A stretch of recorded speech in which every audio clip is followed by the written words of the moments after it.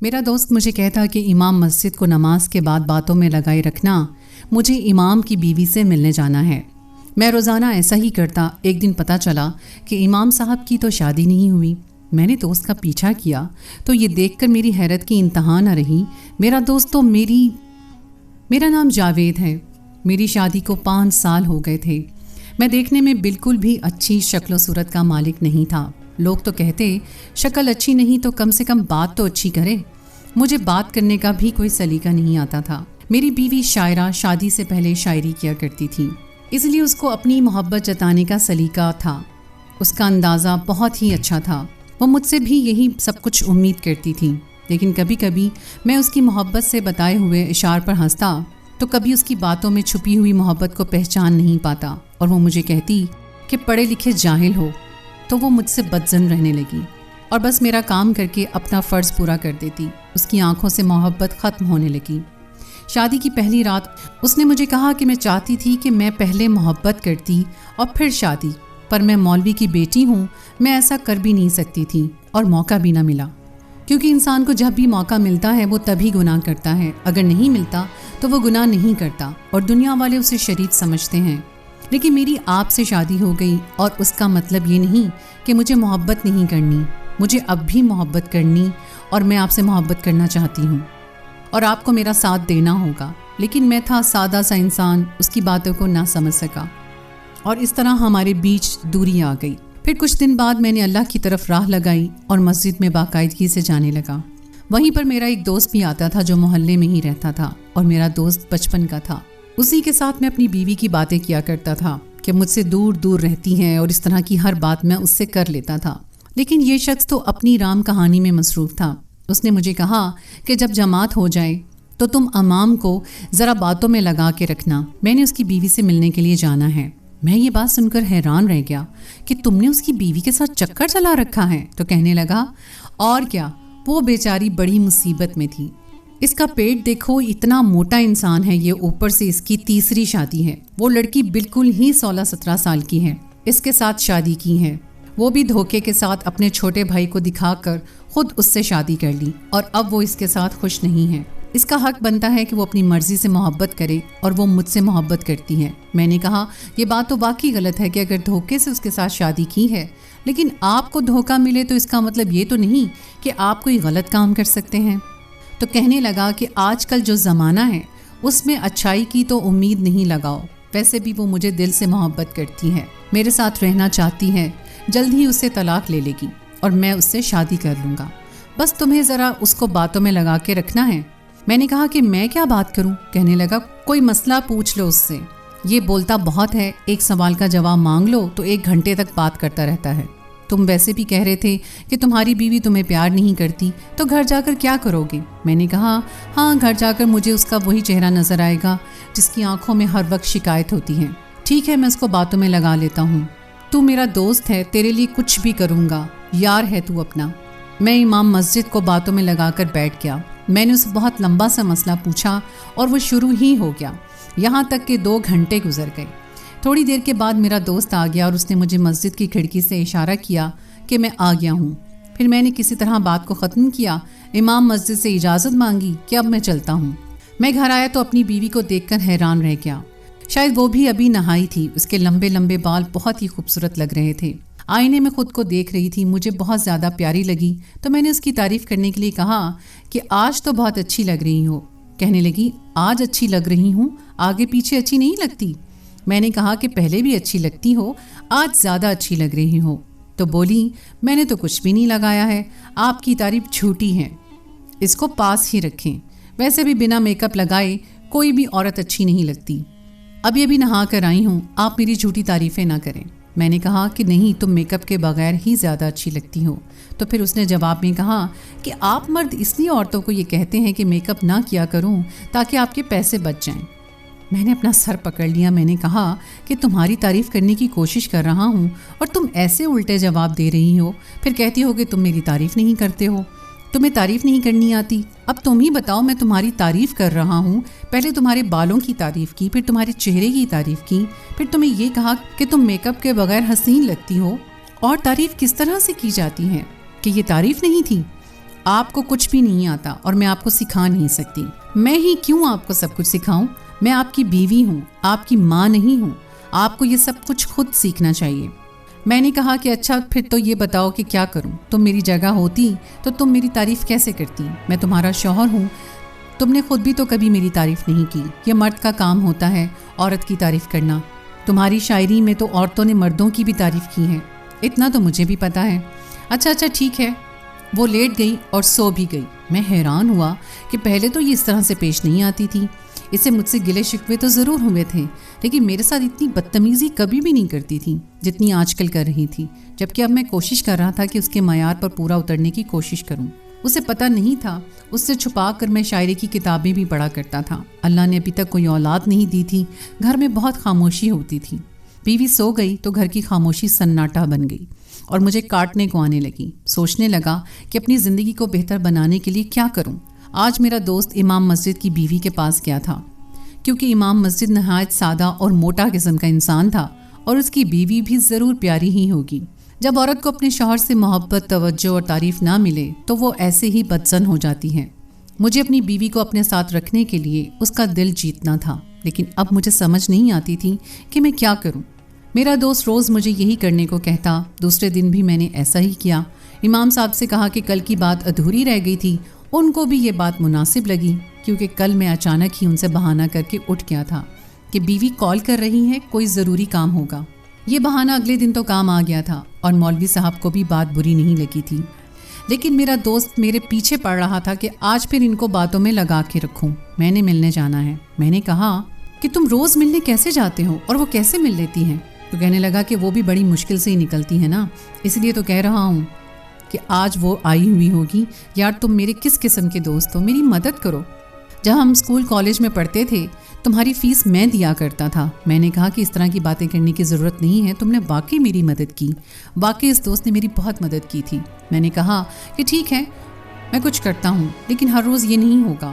کہنے لگا کہ بس آج کر دو، کل میں تمہاری طرف آؤں گا بھی نہیں، تمہیں تنگ بھی نہیں کروں گا. لیکن جب وہ جانے لگا تو میں نے اس سے کہا کہ ایک بات تو بتاؤ کہ عورت کیوں اپنے شوہر کو چھوڑ کر کسی دوسرے مرد کی طرف جاتی ہیں؟ تو کہنے لگا کہ ظاہر ہے جب وہ مرد اس کی ضرورتیں پوری نہیں کر پاتا. کون سی ضرورت؟ گھر کی ضرورت. تو کہنے لگا کہ گھر کی ضرورتوں کی بات اپنی جگہ ہے، لیکن کوئی بھوکا نہیں سوتا. وہ ذمہ اللہ نے لیا ہوا ہے. عورت کی اپنی بھی کوئی ضرورت ہوتی ہے. اس نے تعریف سننی ہوتی ہے. اسے اچھا لگتا ہے کہ کوئی اس کی تعریف کرے، اس سے پیار کرے، اس کی چھوٹی چھوٹی باتوں کا خیال رکھے. کبھی اس کے لیے کوئی پھول لے کر جائے، کبھی اس کی پسند کی چیز لے جائے. اور اس طرح کی چھوٹی چھوٹی باتوں پر اگر کوئی خیال کرے تو عورت بہت خوش ہو جاتی ہے. عورت کو تو تھوڑی سی محبت دو تو وہ محبت کا سمندر لوٹا دیتی ہے. لیکن اگر آپ اس سے محبت نہیں کریں تو پھر وہ آپ کو نفرت کے صحرا میں پھینک دیتی ہے. میری بیوی نے بھی تو میرے ساتھ ایسا ہی کیا ہے. پھر میں نے اسے کہا کہ اچھا ٹھیک ہے، لیکن تم جو کر رہے ہو وہ غلط ہے. پتہ نہیں ایک غلط کام تمہارے لیے بہتر کیسے ثابت ہوگا. کل کو اگر تم کسی مسئلے میں پڑ گئے تو میں تمہاری بالکل بھی مدد نہیں کروں گا. وہ کہنے لگا میں کسی مسئلے میں نہیں پڑوں گا. اس کا شوہر بہت ہی بے وقوف انسان ہے. اسے پتہ نہیں چلے گا.